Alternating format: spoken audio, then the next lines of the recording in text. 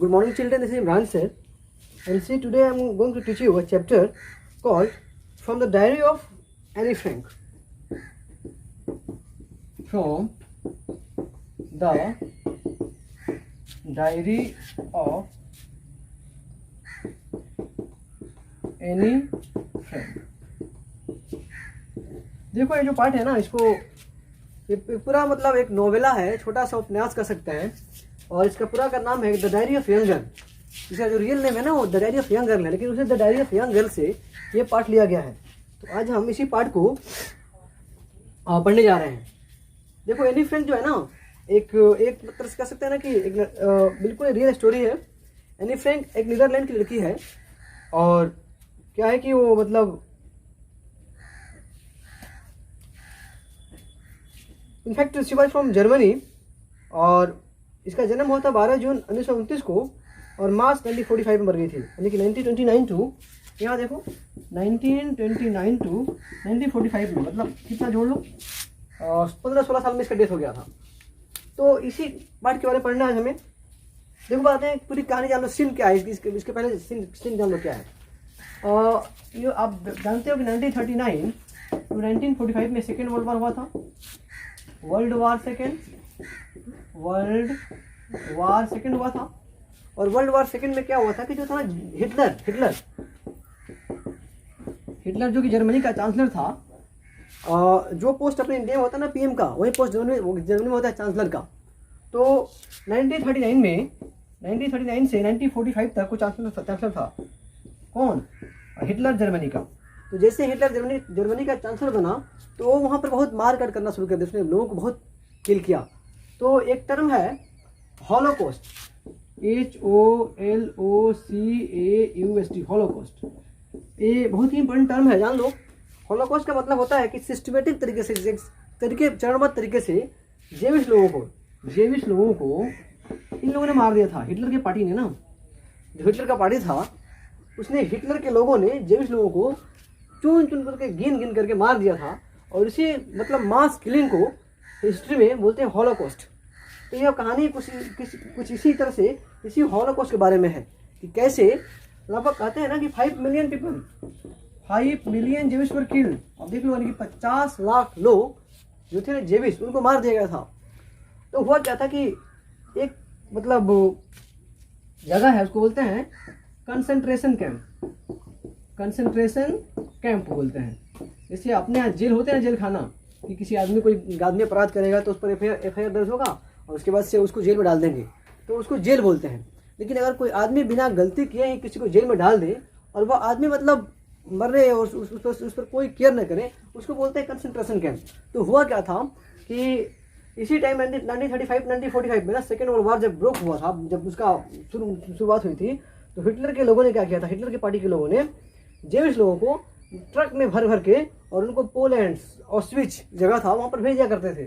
तो इसी क्रम में जो लड़की है एनी फ्रैंक, ये जो लड़की है एनी फ्रैंक, इसके परिवार के लोगों को भी वहाँ भेज दिया गया था। कहाँ पर? कंसंट्रेशन कैंप में। एक जगह है जर्मनी में ही, जिसमें पढ़ेंगे तो बताते हैं। तो वहाँ पर इसको भेज दिया गया था। जर्मन में एक बेल्सन को, एक नाम अभी इसमें कहीं पर है, दिखा रहा हूँ। हाँ, बर्जन बेल्सन। मैंने बहुत कुछ लिख दिया, शायद आप बताना पड़ेगा कुछ। यहाँ देखते हैं बर्जन बेल्सन जर्मनी में एक जगह है, और वहीं पर एक कंसंट्रेशन कैंप था, वहीं पर इसकी डेथ हो गई थी। किसकी? एनी फ्रैंक की।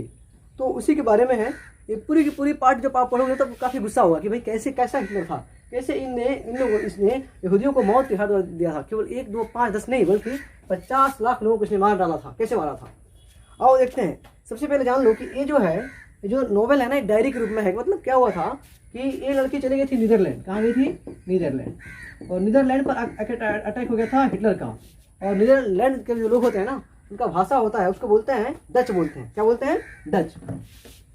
तो सबसे पहले उसने क्या किया था कि डच भाषा में ही उसने जो लिखा था, डायरी। जो लड़की थी एनी फ्रैंक, इसका कोई दोस्त नहीं था, और ये बिल्कुल अकेलापन फील कर रही थी, मतलब हमेशा से फीलिंग लोनलीनेस। तो सोचा कि क्यों ना हम कुछ लिखें, पढ़ें, याद करें। तो इसी क्रम में उसने डायरी लिखना शुरू कर दिया था। और जब वो थी 13 साल की हुई, तब उसके पिताजी ने उसको एक डायरी गिफ्ट किया था। उसी डायरी में उसने जो भयावह चीज़ देखा है ना, उसी को उसने वर्णन किया है, कैसे कैसे उसके घर के लोगों को मार दिया गया, कैसे कैसे उसने ट्रॉमा देखा और लोग मर गए। इसके पापा का नाम था ऑटो फ्रैंक। ऑटो फ्रैंक इसके पापा का नाम था। और इसमें इसकी एक बहन है जो उससे बड़ी है। मैं इसको पढ़ ही देता हूँ बेटा, यहाँ देखो।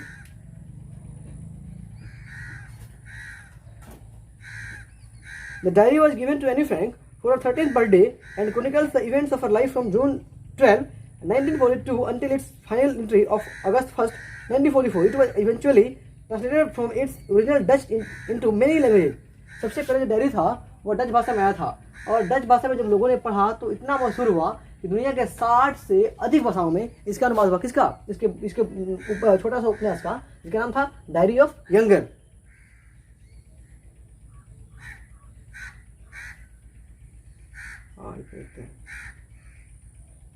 इसकी बहन थी, इसका नाम था मार्गोट फ्रैंक।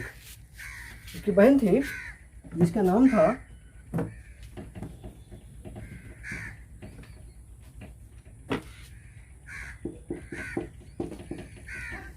Margot Frank. उसकी बहन थी, उसका नाम था मार्गोट फ्रैंक। पापा का नाम था ऑटो फ्रैंक, हमने यहाँ लिखा है ऑटो फ्रैंक। और इसकी मम्मी थी, बता रहे हैं,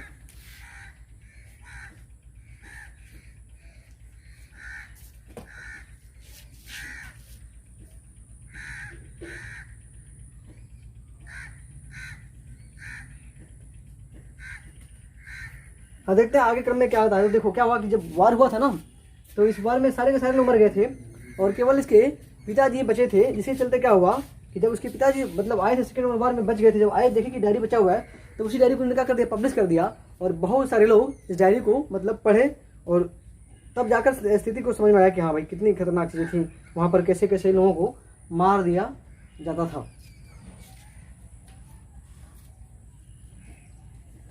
डायरी को अपना दोस्त मानती है, उसका नाम रखती है kitty.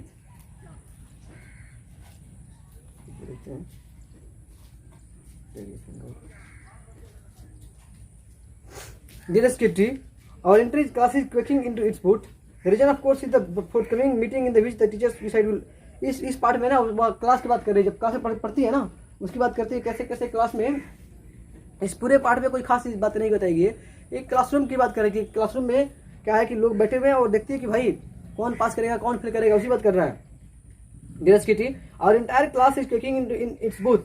The reason of course is the forthcoming meeting in which the teachers decide who will move up to the next form and who will be back.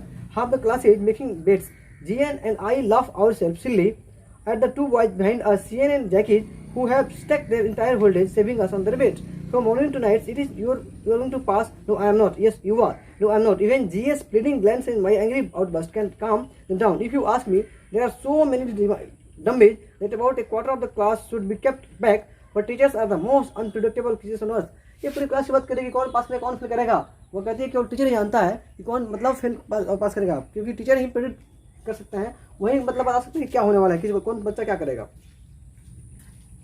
I am not so worried about my girlfriends and my self will make it. The only subject I am not sure about is math. ये कहती है इसके सारे subject बढ़िया हैं, केवल इसको math पढ़ना ही नहीं आता है और मैथ से डरती उठती है और एक क्लास में बहुत बोलती है। इसलिए इसके लिए इसके टीचर इसका नाम क्या रख दिए हैं, इसके टीचर इसका नाम रख दिए हैं चैटर बॉक्स। क्या नाम रख दिए हैं? Chatter box.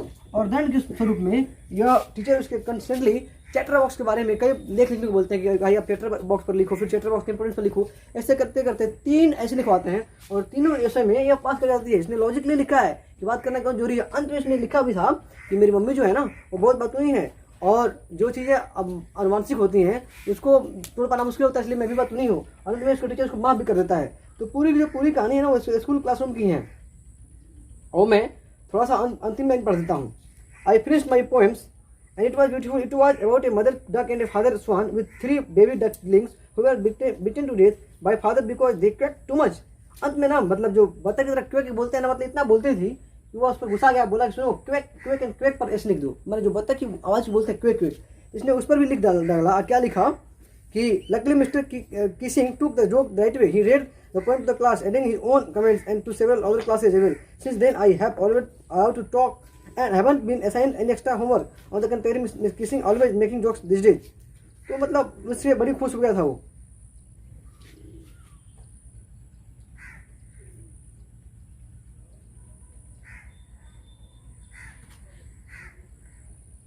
अंत में उसने कहा भी, हाँ देखो कह रहा है कि I argued that talking is a student's trait and that I would do my best to keep it under control.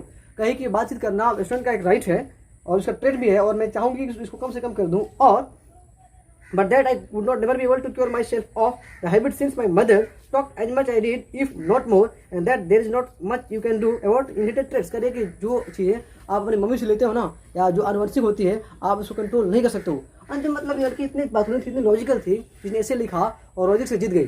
तो एक पूरी की जो पूरी पार्ट है ना, एक क्लासरूम के बारे में है। वो अपनी क्लास हैबिट के बारे में कह रही कि जब क्लास में थी, मतलब वो 4 या 5 में होगी, तो उसके साथ क्या क्या हुआ था उसी बात कुछ लिख रही है।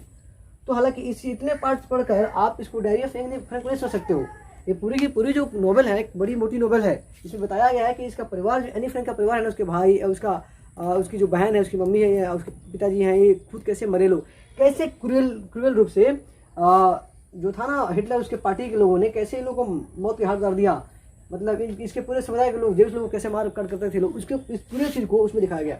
तो बस आज इस पार्ट में इतना ही। Thank you so much.